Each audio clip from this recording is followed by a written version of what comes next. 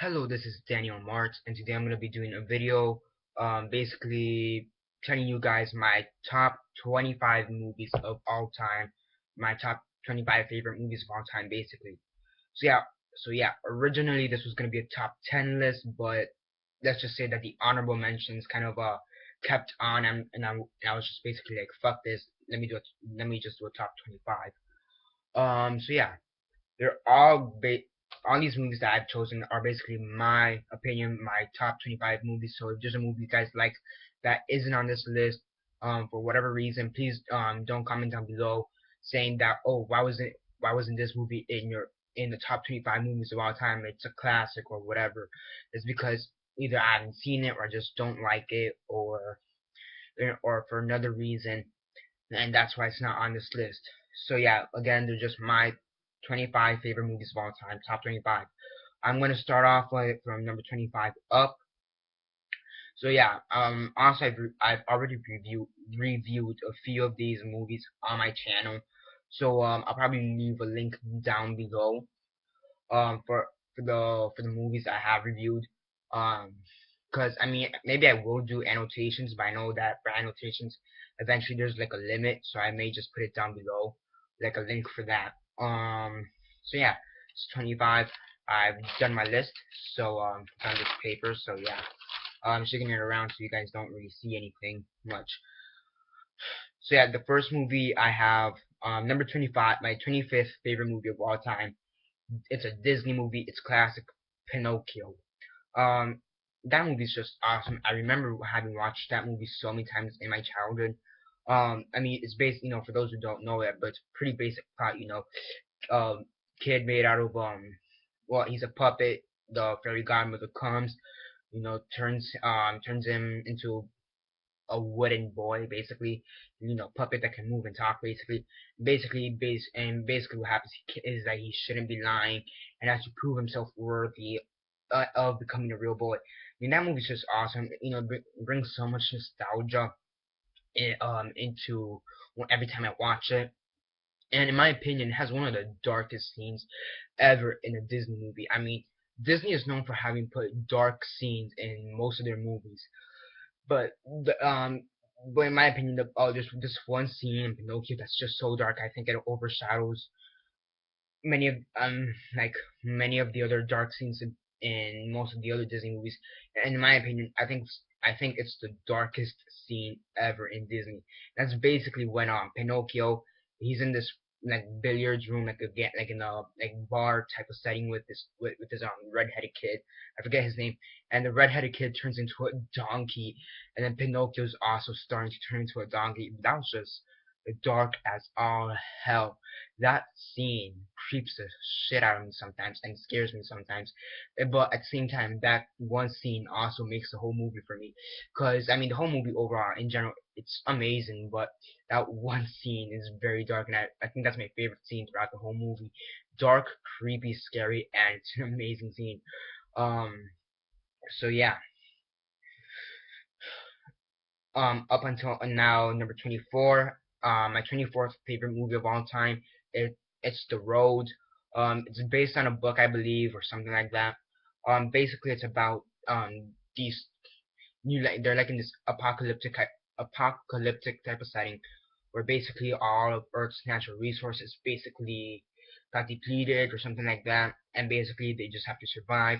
There's cannibals, people trying to get food, basically it's a survival story, and it's very heartfelt, and I really do like it. I mean, there does bring terror in some of those within some of those scenes, and overall it's just very well done, and it was nominated for an Academy Award, for an Oscar. Back when it was released, I forget when. I think it was like 2010 or something like that.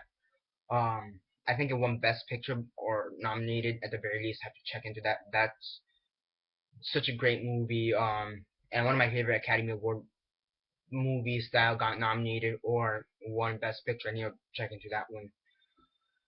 So yeah, number 23, Pitch Perfect. Yeah, first off, it's one of the few musical movies I can actually stand. Because for the most part, I don't really like musicals, but that's one of the few musicals that I actually do like. mean, the singing is very well done overall. So is the writing and the acting. That's always well done. Um, I mean, but the music, I think, for me, I think the music's what does it for me. I mean, music is catchy. It's catchy and all that. Cause usually when someone does like a remake, I guess you could say, or remake, or does another song, like sings tries to sing another song, it usually doesn't come out good. It's not as great as the original. I mean, it may be good, but it's not as good as the original. And in Pitch Perfect, it's just as good as the original songs they're trying to sing, sometimes even better. So yeah, number 22, Harry Potter and the Deathly Hallows Part 2. The last movie in the whole Harry Potter franchise. And that's just a great movie. I mean, it basically gives closure to so many story arcs and so many characters. The character development at the end. I mean, they really do push for that character development at the end. It's just very well done, and I think out of all the characters that had the best character development, I think Snape will have to be one of the best characters because usually for the most part in the series we usually found him as this a creepy guy. He really doesn't like Harry or much of any of the other kids much, but it does show that he is loyal to an extent to Harry, because of the fact that he likes his mom. No, it does show that he does stand up for Voldemort. He will stand up for Voldemort for what he believes in. Sadly, it cost him his life, but yeah, I mean, there's also the action scenes and all the wizardry, the wizard and magical aspect of that movie, like, and the whole franchise overall is very well done and is very exciting to see. The battle at Hogwarts at the end, that's just amazing. I think that's like a whole half hour or something like that, close to a half hour. And overall, it's action packed, and it's like go big and go home, and they went big. So yeah, number number 21, I'd have to say is Lion King. Um, Such a great movie. I recently got it on DVD. So yeah, I mean, Lion King. How can you not like Lion King? I mean, it's like the Circle of Life. Has that song, The Circle of Life. Such a great song. I mean, overall, it's basically a whole father-son type of story. It's very heartfelt. Does have emotion. Scar, I have to say, it's maybe one of the best villains in Disney. He's definitely like within my top 5 favorite Disney villains of all time. Scar, Scar's manipulative. He managed to kill Mufasa and manipulate Simba to run away in hopes that he'll die.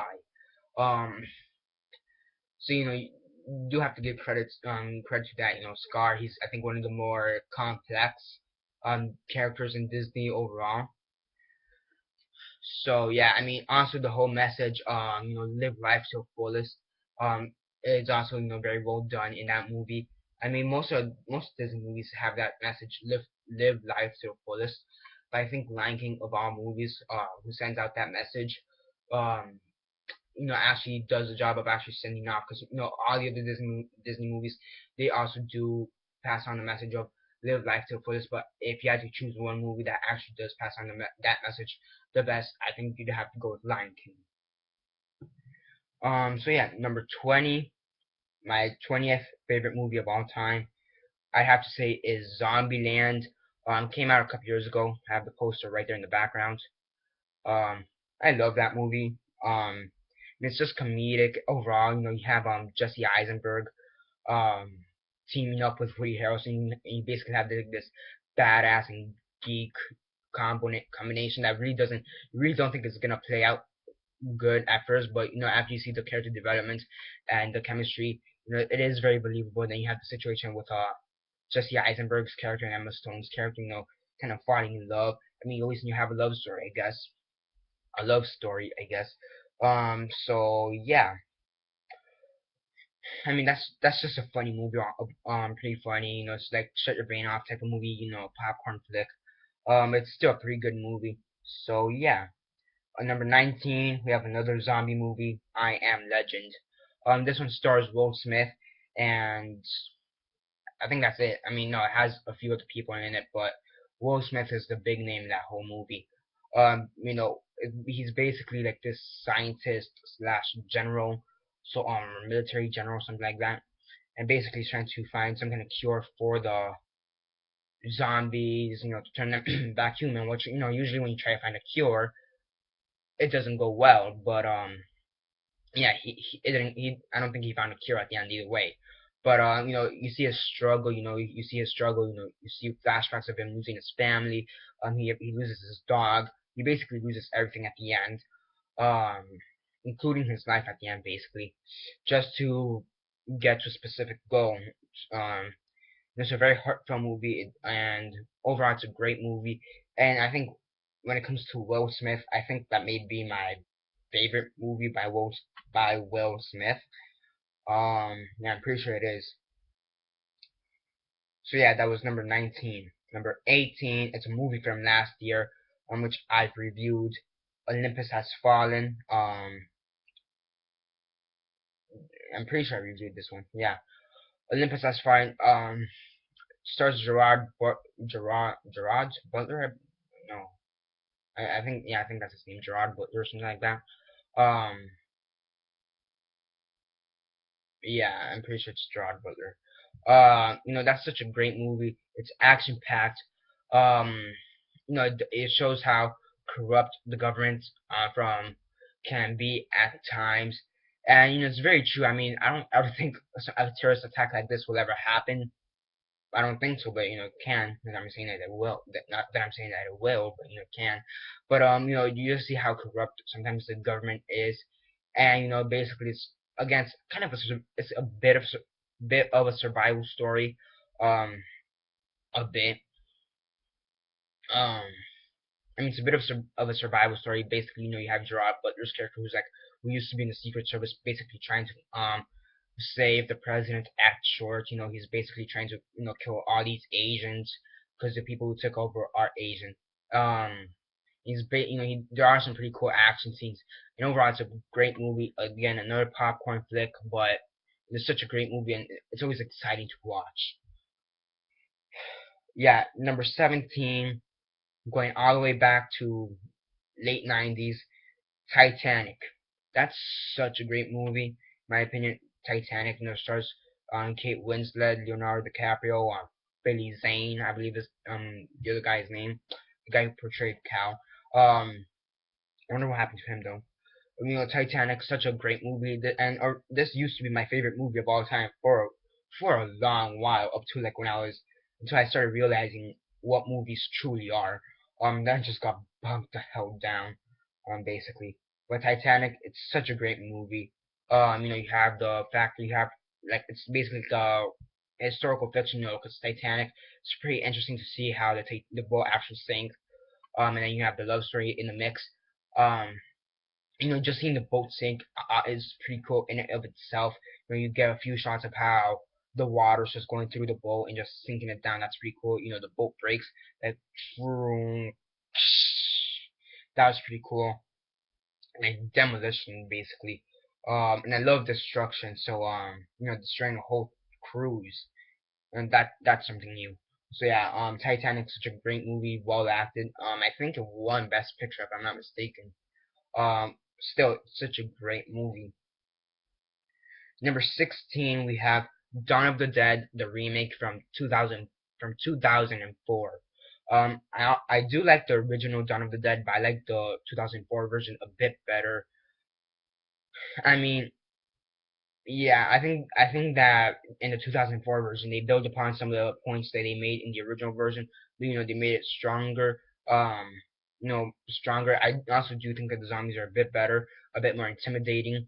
And there's just so many zombies that are pretty iconic, I guess you could say, from that movie. I mean, not like iconic, but if you were to say from that movie, if there were like any specific zombies you'd remember. You'd probably remember the pajama zombie in the beginning of the movie, the little girl zombie with the pajamas too, had like half her face chopped off or something like that, eaten. There's this one Asian zombie who had like his arm off or something like that, like cut off or something. That was pretty cool. And there's so many cool zombies also in this movie. Again, it's another popcorn flick, but it's also pretty cool to see. It does have emotion, and then at the end, oh, the ending. Usually I don't stay for credits, like during a credit roll, unless there's an end credit scene. For Dawn of the Dead, the remake, there wasn't really an end credit scene, but I stay for the music. I always leave the credits on just for the music because it has "Down with the Sickness" by Disturbed, which is a great song. Um, I really like that song too. Um, and yeah, I mean, usually I tend not to stay for the credits unless there's an end, there is an end credit scene. But that's one of the few movies which actually made me stay just for the music or whatever. So yeah, number 15, Ratatouille, a Pixar film. Ratatouille. It's about the rat called Remy who finds a human or makes friends with a human. And basically, he and the human become cooks. Um, that's such a great movie. It's very heartfelt. You can see the chemistry between Remy and the human. I forget his name. Um, very believable. And then you have the human and his not companion, his co-worker slash girl he likes, crush, whatever. That's also pretty believable. And it kind of reminds me of like Jesse Eisenberg's, Jesse Eisenberg, and how in some of the movies where he wants to get a girl, he's kind of timid, and then at the end of the movie he ends up getting a girl. For example, Zombieland, right there. It's basically the same thing without a rat. The love story is basically the same thing. The guy's shy, the girl's hot. Well, when I'm not saying that an animated girl is hot, but I'm just saying, from the male's perspective, you know what I mean? Um, the guy's shy, the girl's pretty, basically. Let's say pretty. Um, and eventually the guy gets some inspiration to man up and actually do something with the girl. Which is also pretty cool. So yeah. Now number 14, it's a movie from this year, actually, X-Men: Days of Future Past. First off, I have to say that's probably my favorite X-Men film so thus far. Is my favorite superhero film. It's up there, but not my favorite. So yeah, X-Men: Days of Future Past. Such a great movie. I mean, they had to deal with so many things from time travel to and giving every single actor a good amount of time depending on the role and a bunch of other things in between, and they do it just so brilliantly. Also they rewrite basically the whole X-Men mythos or the whole X-Men timeline up to that point. I mean, basically every movie after that, except for First Class, is basically erased. X-Men, the original one, very likely erased. X2 erased. X3 and X-Men United erased. X-Men Origins erased. The Wolverine erased. Um, First Class is the only one that actually stays in continuity, along with Days of Future Past. I mean, that's what makes it great. We know that Bryan Singer actually, had the balls to actually say, okay, I know we have this franchise, and continuity wise, and it sucks basically. So how's about we make one movie that erases the whole continuity, and we just basically restart from scratch. That's basically what they did with that movie, and it's just such a great idea. Yeah. Number 13, we have Aladdin. Another great animated movie, Aladdin. We all know Aladdin. The main character, Aladdin. He's basically a gutter rat. He's going for the girl. You have the genie. Kind of like his wingman.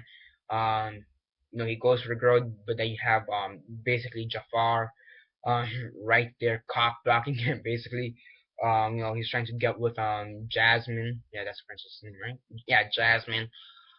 Jafar is basically trying to get with Jasmine, and then the father is basically like, okay, who should my daughter go with? And that's just such a funny movie overall. I mean, again, the theme of live life to the fullest is still there. It's not that straightforward as Lion King is. But then again, in Lion King, it's not that straightforward either. But whatever. But still, it is there. It's fun. It's kind of a funny movie. It pokes fun at itself at times. It pokes fun at some of the themes it plays around with. And overall, it's a good movie. And the songs that it has in it, such as I forget the one that the genie did. I forget the title. That one's a pretty good song. And what's it called? I have it right there on the tip of my tongue. A Whole New World. That was a pretty good song too. Um, so yeah. At number 12, we have another movie from this year, Captain America: The Winter Soldier.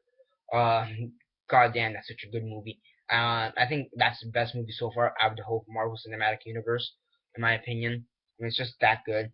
Most people say that it's on par with Iron Man and maybe even the Avengers. I think it's better than both of those two movies. I mean, just because it has all this it kind of has like this James Bond, Mission Impossible, kind of inspired story or themes within it, and while still having that Captain America class that we all like. We have the Winter Soldier, which may or may not become Captain America in future installments. So we also need to see with that. And overall, that's basically the game changer of the whole Marvel Cinematic Universe thus far, or at least of Phase 2. Okay. So many great scenes, so many great fighting scenes, action scenes. How can you not love Winter Soldier? The movie The Winter Soldier, the villain Winter Soldier, he was also pretty cool. And then that end credit scene where he's at the museum. That's just I think that's one of the most ultimate teases ever. Have Winter Soldier going into the Captain America museum. That's like a major ass tease. So yeah, at number 11, we have Tarzan. I think my favorite Disney movie of all. Um, Tarzan is a great movie. You have Tarzan, the character Tarzan. And what's the girl's name? Jane. And you have Tarzan and Jane. Jane's basically looking for gorillas. Um, it's overall it's a great story. It's kind of similar to Aladdin, but I think that they do a bit better job of doing it. Also you have Clayton, which is the macho man type of guy. He basically betrays the hell out of Tarzan and the rest of the group and puts them like in this dungeon type of thing. And then the way they escape, that elephant going onto the ship and basically breaking them out, that's pretty cool. At the end you have Tarzan, not Tarzan, Jane. You have Jane wanting to stay with Tarzan and what's his name? The old guy also wanting to stay with Tarzan. That's pretty cool. And overall, the chemistry is pretty well done. Between Tarzan and Jane, I do like that too. You also have Tarzan having to deal with the main gorilla. I forget his name. The leader of the pack, the gorilla. They have like this hate love relationship. That they respect each other, but they each know that they each have faults which they need to acknowledge, which they also do a brilliant job at doing. So yeah, that was number 11. At number 10, we have a Brad Pitt movie, The Curious Case of Benjamin Button. Basically, this story, the plot for this movie is pretty weird and out there, but they do a very good job at actually doing this. Basically, you have this baby that has like 80, like I think it was like 80 years to live. Basically, he starts off at 80 years old and lives life and dies at like 0 years old. It's just a really weird movie. It's always a plot, but overall they do a great job at doing it. Brad Pitt is a fantastic actor. Um, I mean, you have him going through the war.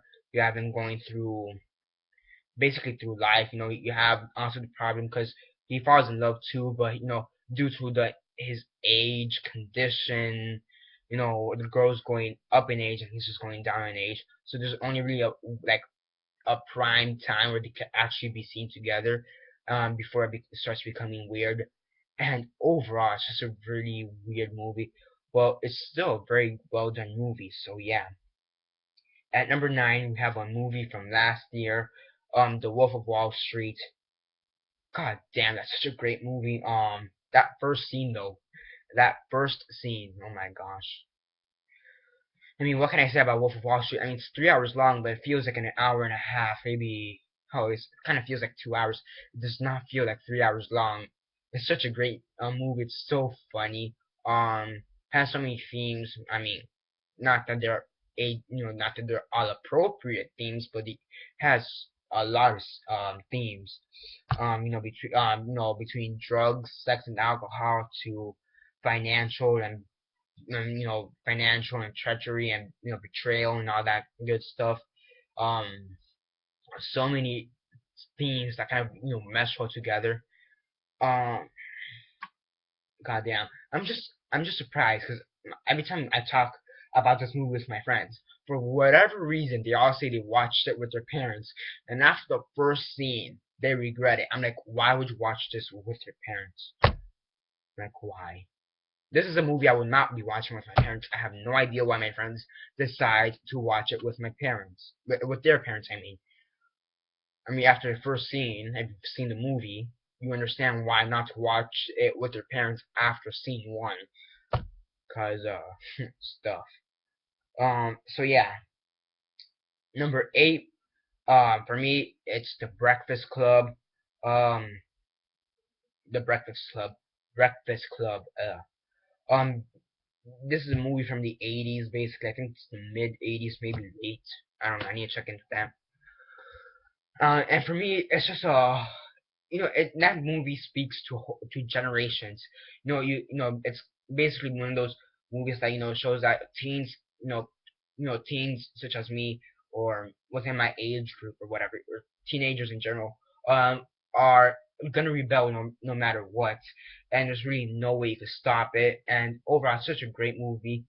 And also you have the fact that you have all these different social groups. You have the rebel, you have the recluse, you have the jock, you have the nerd, and you have the beauty queen, basically, put into this one room, basically. And now it's like, okay, forget your social class. We have to become friends in one day, basically. And social class is something that's affected society a lot nowadays. And I think this is the one of the few movies that says, fuck social class. Let's be friends no matter what. So yeah, that one has so many great messages too. So yeah. At number seven, we have another movie from last year, The Dallas Buyers Club. Stars Jared Leto, stars Michael McConaughey, and I think it's I think it's the movie that practically brought back McConaughey into the limelight. I mean, that movie was great as all hell. Um, it was just so amazing overall.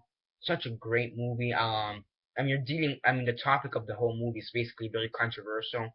The AIDS and HIV, and basically the movie is basically about the start of AIDS and HIV and how Michael McConaughey's character is basically trying to say that whatever the government's using is complete bullshit. Use this, which is actually gonna help cure AIDS and HIV, and if it's not gonna cure it, it's gonna help reduce the risk of dying from it by a lot.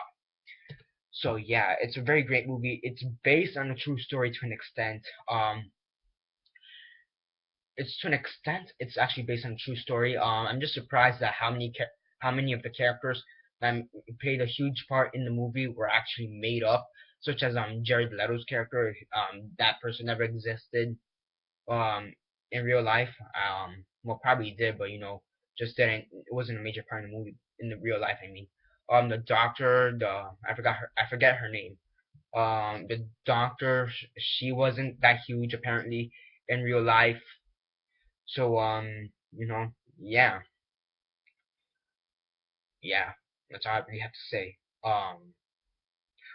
Lost for words is all I can say with Dallas Buyers Club. So yeah. Number six, we have War of the Worlds. This movie came out in 2005, I believe, 2004, 2005. And it stars Tom Cruise. How can you not like Tom Cruise? He's such a great actor. You know, this is basically my favorite sci-fi film of all time too. Um, and it's based on not a true story. It's based on a book which I actually have somewhere over there, whatever. I've read the book and I've seen the movie. I don't know which one is better because they both do justice to the plot they're trying to do, which is basically aliens come down onto Earth, invade, eat and kill the people and all that good stuff, and then they just basically die out of randomness. It's such a great movie. I mean, it does take inspiration from a bunch of other sci-fi movies. I mean, you could tell it took a bit of inspiration from like movies such as Alien, Predator, or even E.T., Star Wars, Star Trek. There are like small nods to some of those other films. Um, Very small, very minimal. But you could tell there is some kind of inspiration from some of those other classic sci-fi films. Uh, so yeah, overall it's a great movie, my favorite sci-fi film so far. And yeah, at number 5 we have 8 Mile. Um, it's another musical. It stars Eminem basically. It was made back in like in 2002, and basically it's a semi-biographical story of Eminem and how he got started. First off, has one of the best songs ever, "Lose Yourself." That's such a great song. If you haven't heard it, what's wrong with you? First off, why have you not heard "Lose Yourself"? First of all, that's such a great song. But overall, 8 Mile, it's such a great movie. The music in it, it's so great. The rap battles, because they have rap battles in the movie. They're very interesting to look at, and it's not a full blown on musical like most other musicals are. It doesn't have that many songs, which I think does good with the plot it's trying to do and trying to come across with. So yeah, well, overall, 8 Mile is such a great movie. It stars Eminem, and I was really surprised with how good Eminem could act. Because I mean, overall, he was just really acting as himself, and even after that, that still worked. Usually that doesn't work. Acting like yourself, but apparently for this, it did work. So yeah, 8 Mile, my fifth favorite movie of all time. So yeah, number 4 we have The Dark Knight. The second one in the Nolan trilogy. I mean, come on, Dark Knight. Who hasn't seen it? First off, and second of all, that's a great movie. You have to admit that. I mean, you got Heath Ledger as Joker. He went insane. I mean, literally in real life, he did go insane, and that's one of the reasons why he committed suicide, I believe, or I believe that's how he died, or some kind of overdose or something. I don't know. But overall, Heath Ledger's acting as the Joker was very done. It was intense. It was dark. It had everything a Batman fan, and a Batman film should have. Everything a Batman film should have, and everything a Batman fan wanted. I mean, many people were skeptical about Heath Ledger portraying Joker. At the time when this came out, I was too young to think about is he a good actor for the role or not. But I did see and I thought, is that really Joker? Is that really Joker? I mean, to be fair, I was like 8 or 9 when this first came out. So yeah, was it? This came out like in 2008. So I don't know. I was between like 7 and 9 when this came out. So yeah, but I truly believe that was Joker. I mean, also Christian Bale. I also believed he was Batman. Such a great movie overall. That's all I can say. At number 3, the top 3 so far. We're down to the last 3.